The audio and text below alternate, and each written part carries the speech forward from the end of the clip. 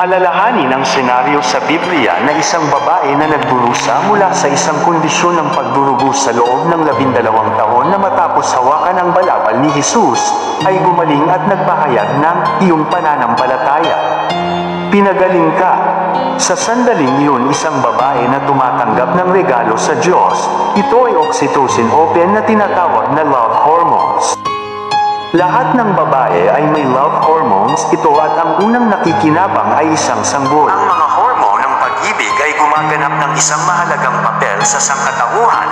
Sa Genesis, hindi taasang, niluluwalhatian ng Diyos ang babae, ngunit itinatag niya ang kahalagahan nito sa paglikha at sa hinaharap ng sangkatauhan. Binibigkas ng Diyos sa Hebreo na tsaka na nangangahulugang buhay o nabubuhay. Genesis Kapitulo 3 versikulo 20, na kinikilala siya bilang ina ng lahat ng sangkatauhan.